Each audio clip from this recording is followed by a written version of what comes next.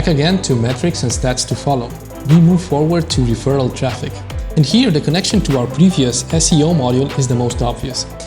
If your SEO is successful, then in the top referrers box you see here, you will see many visits from google.com and from other search engines. You will also get a list of the other websites that link to your site and that actually bring in visitors from those links. You can always try to improve this by creating partnerships where you place content on other websites. Try to have relevant content in as many places on the internet as possible. But you already know that from the SEO module.